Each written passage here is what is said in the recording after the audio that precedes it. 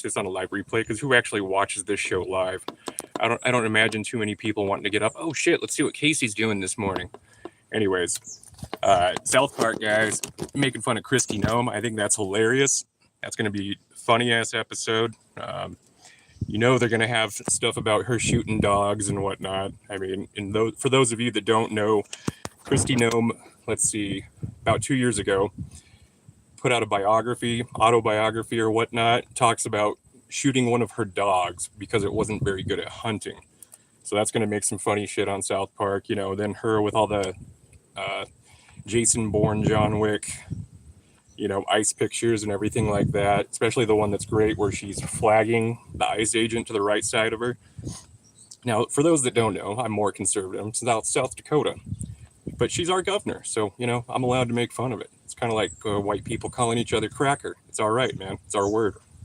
But anywho, I can't wait to see what these guys do. I think it's hilarious. The state of the world and crazy things going on lately. Who knows what. But SIG P320, I'm sure everybody's already heard that there was a suspect involved in that airman shooting. SIG is probably paying off a lot of people just so they can get away with this. Who knows, right? I mean, we're just talking shit, having fun here on Sunday, right, guys? But, aside from that, I still don't think I would buy one of those, man. I mean, it's just, even if this whole ordeal was a setup, frame job, whatever you want to call it, conspiracy type thing. Yeah, here we go. My wind here. Frame type thingy or whatnot. It's, I don't know, just something doesn't sit right. And I have a couple SIGs. I don't necessarily shoot them that often. They're definitely not my everyday carry. I don't trust them, especially now. But the 551 and all that stuff weren't too bad at guns. But it's just I don't know. I would go with the HK or go with like I said before, if you're on a budget, Glock's the way to go. $600 Glock 19, 4th gen or whatever. And those are a pretty reliable firearm. I mean, mine, I have already put I don't even know, thousands of rounds through it. I've changed the recoil spring once, and it's reliable as hell. Glock 23, Glock 19, those two, they're more compact. They're not as big as the 17 and 22, but they're totally worth it. Glock being very modular with a lot of their parts is also a lot nicer, and there's a lot of aftermarket doodads and things people can get put on them as well. So with that being the case, something I was thinking about, and if the few people that actually look at my stuff on YouTube, I put a little poll out there out of curiosity. What's more irritating? I put Stolen Valor. I put, civilians obsessed with Tim Kennedy. There was a couple other ones. I almost joined the military. You get a lot of those. And the reason is like there's a couple dudes on here, like they've got no skin in the game. They're not vets. Maybe they got family members that are vets, but they talk like they're veterans, and they try to act like they know everything about them. And when I've got some dude who really only knows anything about sports, nothing military really related, with exception to he's buddies with a few content creators, I guess, now online. He's just dropping video after video after video of Tim Kennedy. And it's like, look, dude, Tim Kennedy, we all know the information here. We already know about him embellishing on his career, lying about combat deployments, valor awards, people that he was associated with while he was in the, on active duty and not in the reserves, things all along that line. But it's just like this dude he's just got a heart on, man. And it's like what you're doing is just regurgitating things over and over, dude. And it just makes you look like a jackass because you can't come up with any other content than ragging on Tim Kennedy, who's, unfortunately, he had a pretty cool career and he just fucked his own reputation up. If you just come clean and have a solid 100% apology across the board, people are very forgiving in this country. it's just sad because you kind of put a little bit of a dark cloud over himself and people around him. And man, I mean, you know, that it's kind of upsetting. But I don't know. There's this dude. It's like Dave Crookston or some shit like that. Rookston. I don't know. He's constantly, you know, he's buddies with the guys on the Anti-Hero podcast, or Nate over at Valhalla. And you know, these are all some pretty big channels, you know, big names, and a lot of guys. I think guys with the Anti-Hero podcast. You've got one dude who's in Delta, and the other dude who was in the 82nd. And I think he's like a cop or something like that. And then, you know, you've got Nate with Valhalla, who's a Green Beret, which all pretty cool dudes. I think Nate's freaking hilarious. I recommend, if you want a good comedy channel, Nate's definitely the dude to go check out. He's funny as hell, especially as Timu CIA agent. Like I said, as far as recommendations for gun websites for reviews, I mean, we all know Hickok 45 is awesome, but like really, if you're looking into getting, you know, whether it be optics or anything like that, check out Focus Trip. His channel, you know, it's a pretty good sized channel, but he, dude, 100% transparency. It's what I love about the guy, and he will criticize stuff. He won't, he doesn't receive, you know, freebies or anything like that, or kickbacks. And, you know, so he's 100% unbiased. And, you know, he's also from South Dakota, you know, another South Dakota dude. You know, I think he's a pretty good guy for the most part, pretty honest on what he likes and what he doesn't. And then, of course, he says, if you really want the feel of it, though, you need to go out and try shooting it yourself. These are all my opinion. So I don't know. Pretty good reviews there.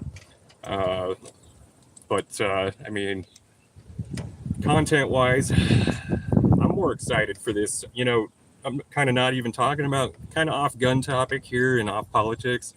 I'm excited for that Welcome to Derry series coming out that is like a prequel to, you know, Stephen King's It in the movie genre area, whatever. You know, as a big fan of that book, man, I think that's probably the only book I've read 3 or 4 times. I mean, to be honest, and yes, I do know how to read. Just because I eat crayons doesn't mean I'm stupid. But you know, this Welcome to Derry, it's kind of fun because they're using some stuff from the books, but they're changing a little bit of it, so it's something kind of new. Because I mean, let's face it, the original Stephen King book, 1,300 pages. There's a lot of stuff in that book that you can tell that dude was on blow when he was writing it. That's for damn sure. Yeah, I don't even like to repeat that stuff. That's the part of the book I always skipped. But you know, it's I don't know, that looks entertaining. There's like Alien. I'm a big Alien nerd. I love the movie Aliens, you know, Corporal Hicks and the Space Marines and all that stuff. That was my favorite by far as a kid. And they've got like Alien Earth or something like that coming out, which is going to be interesting as a series. But I don't know. I watched the Alien Romulus. It was all right. I think I feel like there was nothing really that special about it. I mean, a lot of people didn't like Prometheus or Covenant. Dude, I totally nerded out for those two. I love those ones just for the reason of it kind of gives you a little bit of an origin of what's going on. But, you know, the concepts that they have in these shows, like, you know, that humans are basically we're like some sort of just experimental ant farm or some shit to these higher being individuals. And I don't know, kind of a scientific religious aspect behind it. It makes it kind of exciting, kind of different, and then you think about it and it's like, well, that could be a possibility. I mean, something to think of. And I ponder about this, and I talk to my wife constantly about, and that is, what the fuck does Space Force do? My wife and I cannot figure out what Space Force does for the life of it. I mean, it is just the most secretive, undercover, whatever. I mean, is there stuff being put on the moon? Is there stuff being globally put around the planet? Are there contacts with extraterrestrials that they're not telling us about? I mean, like, what exactly is the purpose of that? Because quite frankly, nobody knows. I don't know. You know, there's a few people that I've spoke with about it. My stepdad's nephew, he's in Space Force apparently. He doesn't talk about it. I've spoke with, there's a couple guys on here. One of them, great guy, Mike Fleming. He's in the Air Force. I was asking him about Space Force, and he was telling me he has no clue. He said they just do selection and that's it. Other than that, no idea whatsoever.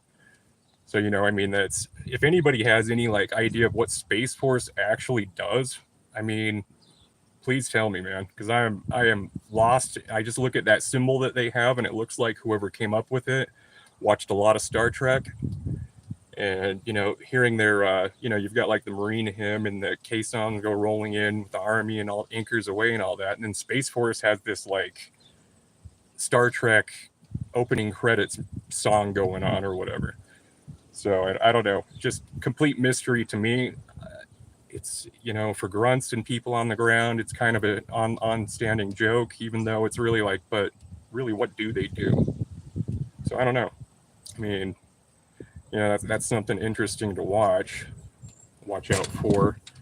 I'm trying to think here. Final topic here. Let's see, for the day, and then I'll bounce out. You guys have a good one.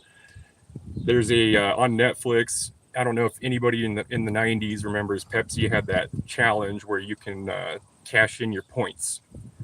And on the commercial, they actually had, you know, the Harrier jet, fighter jet, the Marine Corps flew quite a bit.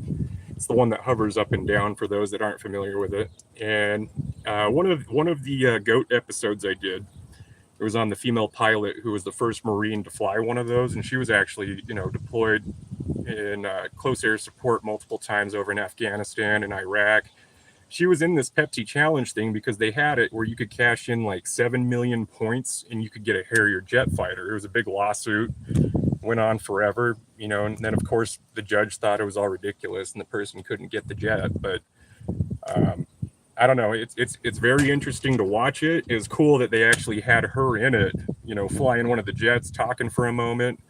I'll post her name up in my community page for anybody that's curious. Harrier jets are freaking awesome. I mean, they're getting phased out. The F-35 is going to be kind of the new fighter jet when it comes to that. But I don't know. We'll see what's going from there, guys. But anyways, Kristi Noem episode of South Park.